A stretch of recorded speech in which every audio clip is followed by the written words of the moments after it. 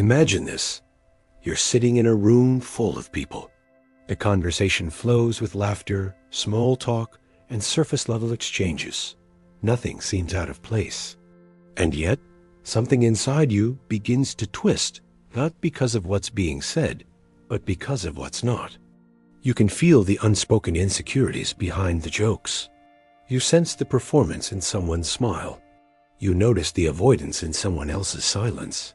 While everyone else is talking, you're reading the room like a hidden language only you can understand. And that's the problem? Because once you start seeing the truth beneath the surface, it doesn't go away. Once your perception sharpens, you don't just hear words, you hear wounds. You don't just see people, you see patterns. You don't just live life, you begin to question every mask, every system, every unspoken rule propping it up. This kind of perception is rarely talked about. Even rarer is what it costs. Carl Jung called it a confrontation with the unconscious. Not only your own, but the collective unconscious, the invisible river of repressed truths, traumas, fears, and archetypes flowing beneath all human behavior. When you start to awaken to this realm, life stops being simple. And while others go about their lives blissfully unaware, you begin to feel a quiet, aching distance from them. Not because you want to be distant, but because you can no longer pretend. What do you do when you see too much? Is it a gift? Or is it a curse? We're taught that wisdom is noble, that intelligence is power, that awareness leads to freedom. But what if awareness also leads to exile? What if the very act of seeing more isolates you from those who still see less? This is the paradox Carl Jung confronted over and over again. The more conscious you become, the more you must carry. And often, the more alone you feel. It is not because you've become arrogant or detached. It's because the world no longer fits you the way it once did. You've outgrown it in ways you didn't ask for. You see behind the smiles.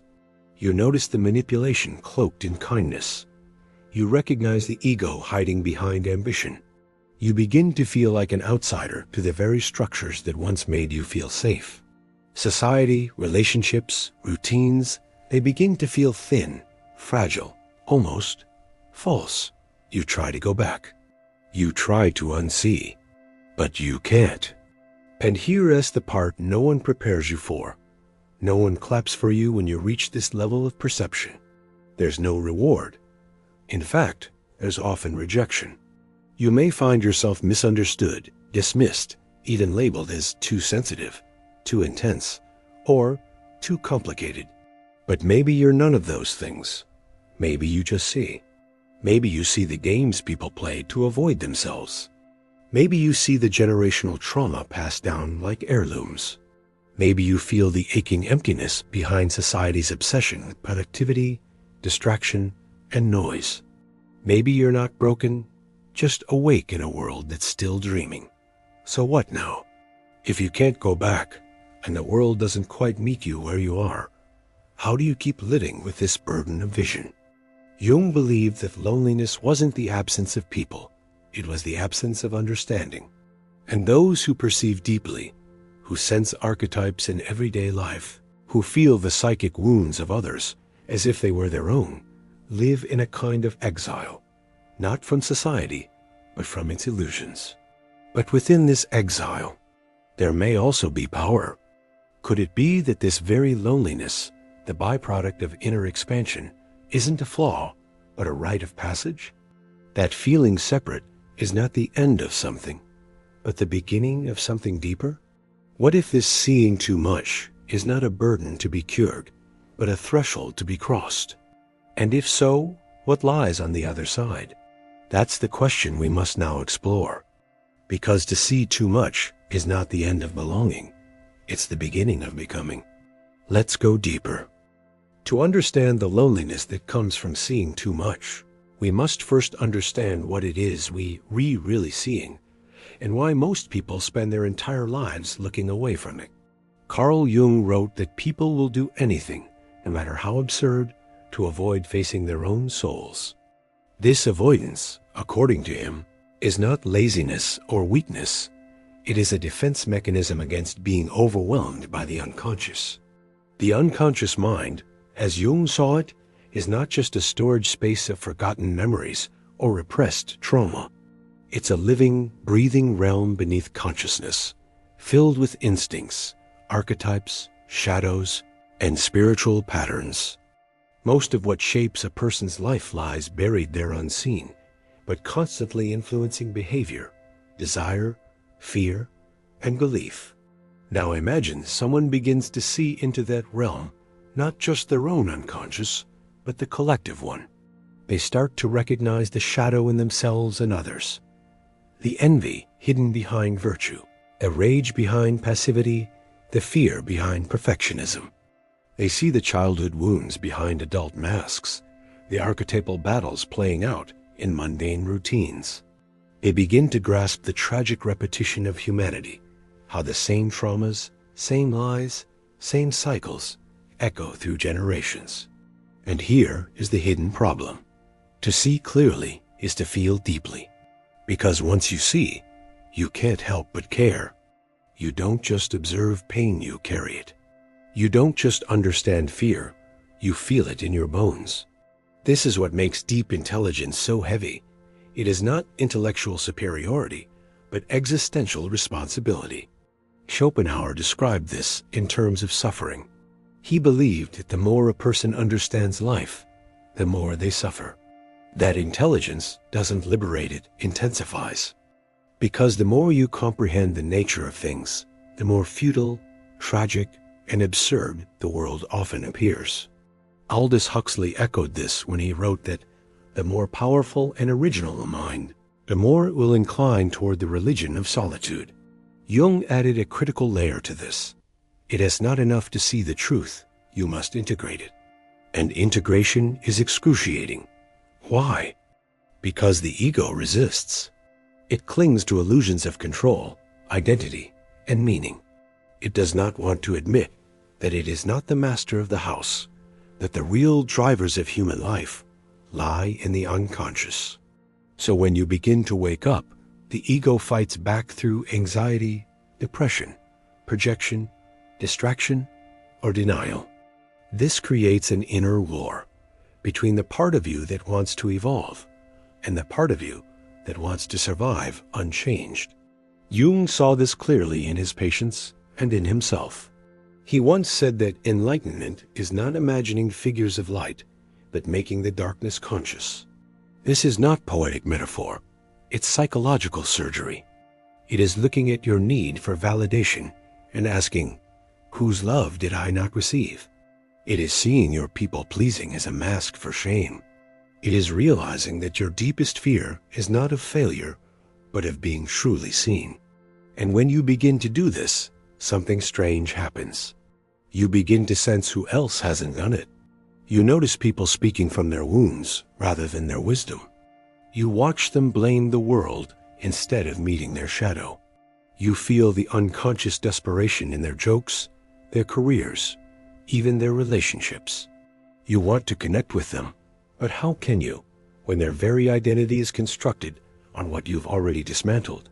This is the loneliness. It is not that you are better than them. It is that you no longer live in the same psychic house. And this loneliness is compounded by society itself.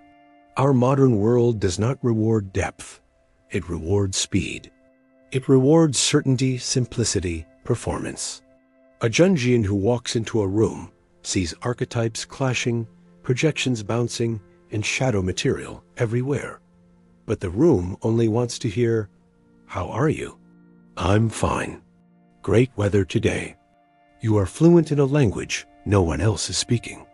Jean-Paul Sartre believed that hell is other people. But Jung might have said, hell is being unable to connect with others because you see too much of them, and they see nothing of you. Even love becomes complicated. How do you love someone who cannot meet you at the level of the soul?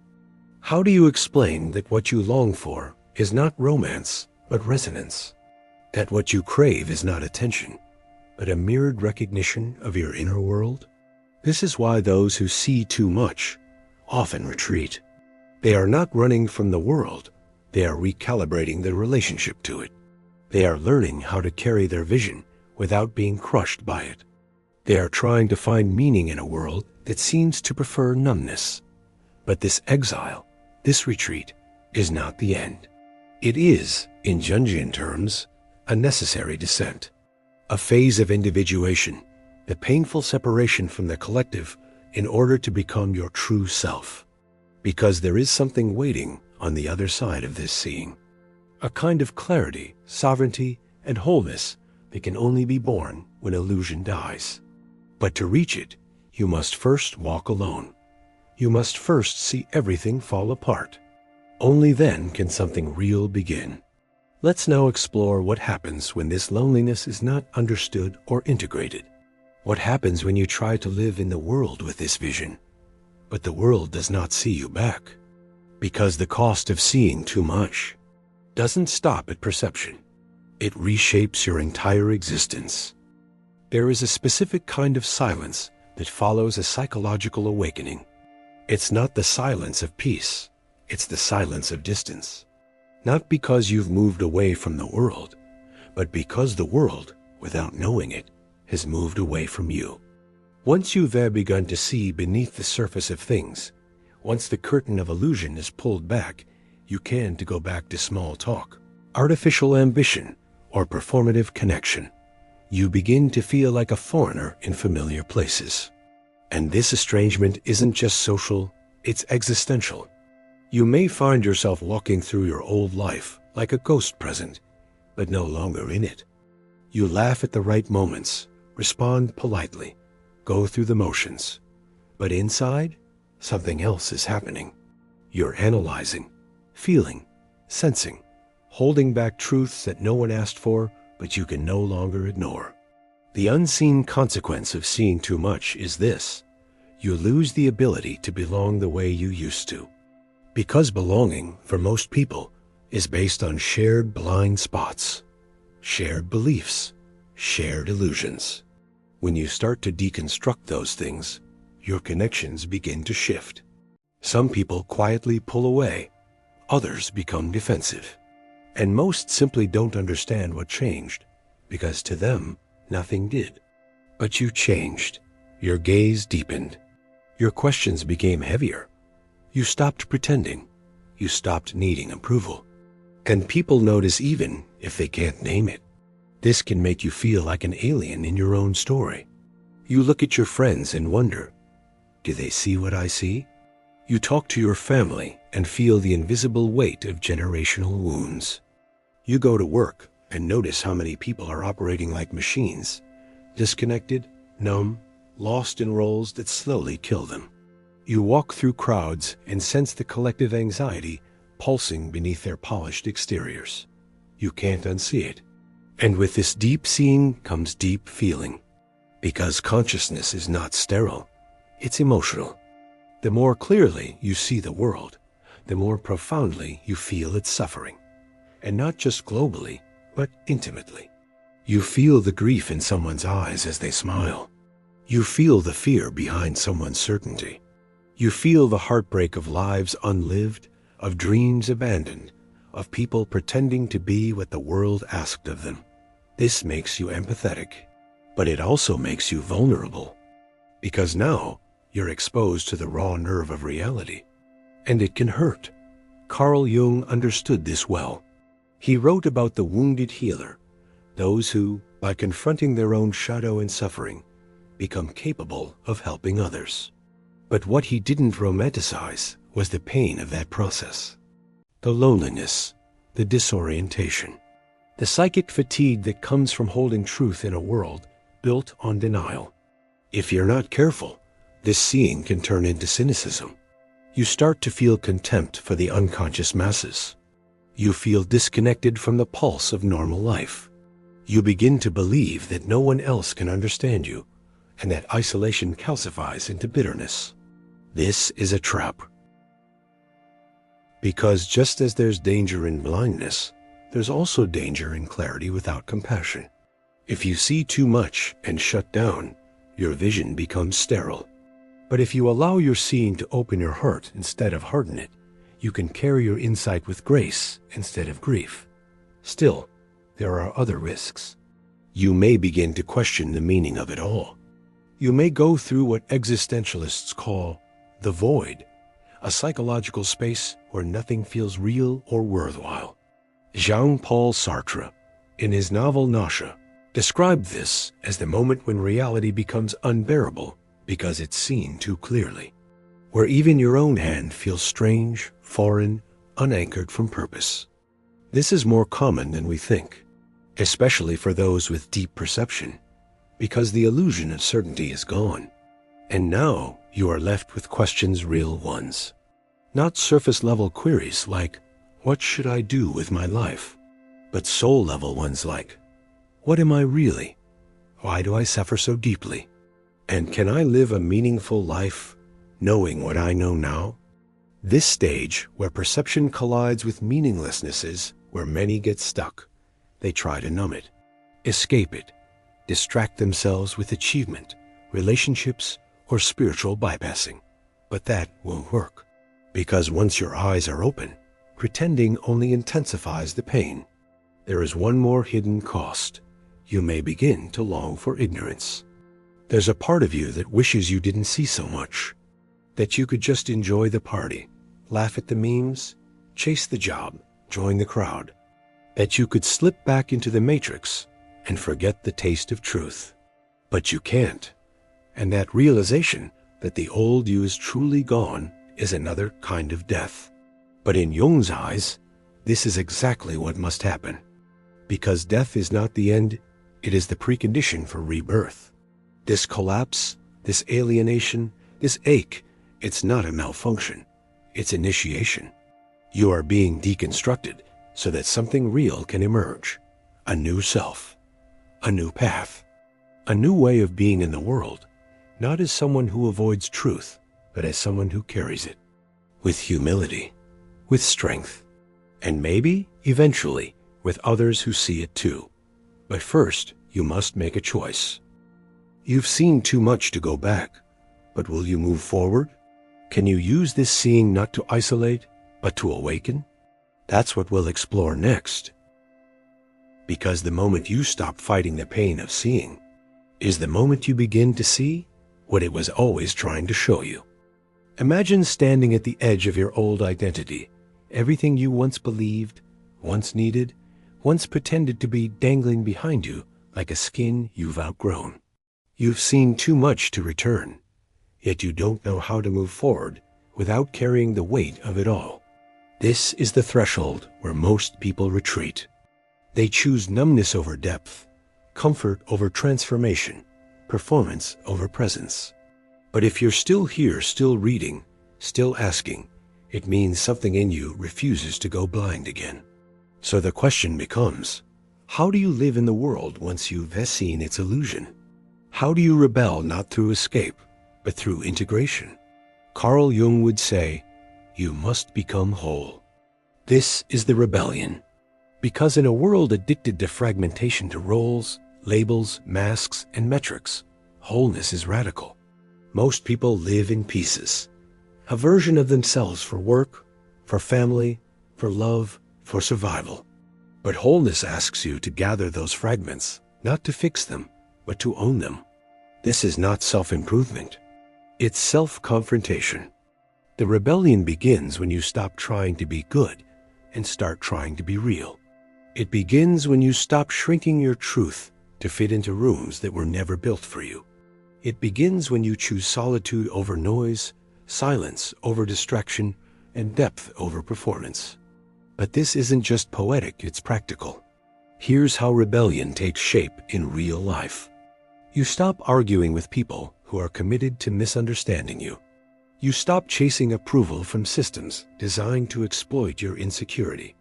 You stop apologizing for your sensitivity, your insight, your depth. You stop pretending you're fine when your soul is screaming. You stop abandoning yourself to be included. And in that stopping, you begin. You begin to turn inward not as retreat, but as reclamation. You begin to build a relationship with your inner world. You listen to the dreams, the body, the memories, the symbols. You watch how the shadow dances through your reactions. You stop fearing the dark and start understanding its language. This is Jung's path of individuation. It's not mystical, it's necessary. Individuation is the process of becoming who you really are by integrating all that you've repressed, denied, or disowned. It's slow, uncomfortable, but nothing is more liberating. The world tells you to fix what's broken. Jung says, go into the brokenness. It's where your wholeness is hiding. And you begin to notice something astonishing. What once overwhelmed you now teaches you. What once alienated you now grounds you. What once broke you now births you. Because rebellion isn't rage, it's return. A return to your own nature. A return to truth. A return to a kind of knowing that isn't taught, but remembered. And here's the secret most never realize. When you stop seeking belonging from the external world, you start attracting it from the inner one. You begin to find others, not many, but enough who speak your language. Not because you shouted, but because you became silent enough to hear them. You stop performing, and suddenly, the right people see you. You stop trying to be understood, and suddenly, you are, not by the world, but by those who've also seen too much and made it through. And this is where the loneliness begins to soften. Not vanish, but soften.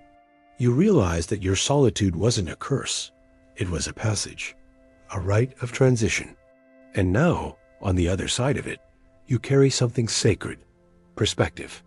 In a room full of noise, you hear the undertone. In a world chasing distractions, you crave stillness. In a culture obsessed with success, you prioritize meaning. You are no longer controlled by the metrics of the unconscious. You don't need everyone to agree, applaud, or even understand, because you understand yourself. This is the deepest form of rebellion, to live aligned with your soul in a world that forgot it has one. But don't confuse alignment with ease. You'll still feel the ache. You'll still have to grieve the lives you could they lived, the paths that would they been easier if you hadn't seen so much. You'll still wrestle with doubt, with disillusionment, with that ancient desire to belong. But now, you'll face it differently, not from fear, but from presence. You'll see your inner wounds not as proof of your brokenness, but as portals to wisdom. You'll understand that the price of seeing too much is heavy, but the cost of staying blind is far worse. And in time, you'll begin to embody something Jung pointed to again and again, that the most powerful person is not the one who avoids suffering, but the one who transforms it into meaning. You will become that person, not by transcending your sensitivity, but by honoring it. Not by escaping the world, but by learning how to stand in it, awake, aware, whole. The rebellion is not out there. It's in you. So now the final question remains. What does it all mean? Why were you given these eyes to see, this mind to hold it all, this soul to carry so much? What's the ultimate purpose behind this kind of awakening? That answer, the final, most powerful realization, is what we'll uncover next, because everything you've endured was leading you somewhere. There comes a moment quiet, unremarkable to the outside world, when something inside you clicks, not like a lightning strike, more like the final turn of a key that had been stuck in the lock for years. And suddenly, you understand. Not everything, but enough. Enough to know why it all had to happen the way it did. Enough to see how every heartbreak carved space for depth. Enough to recognize that your pain was never punishment, it was preparation. This is the final realization Carl Jung hinted at across all his writings, but rarely stated directly. You were never meant to fit in. You were meant to wake up. That's why you saw too much. That's why the world felt heavy.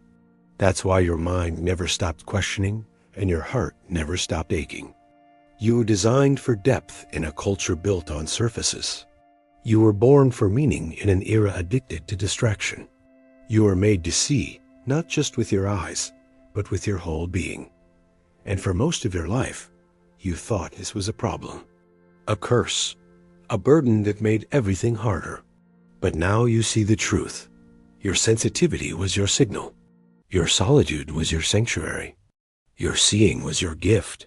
Because the world needs people like you. It needs those who refuse to go numb.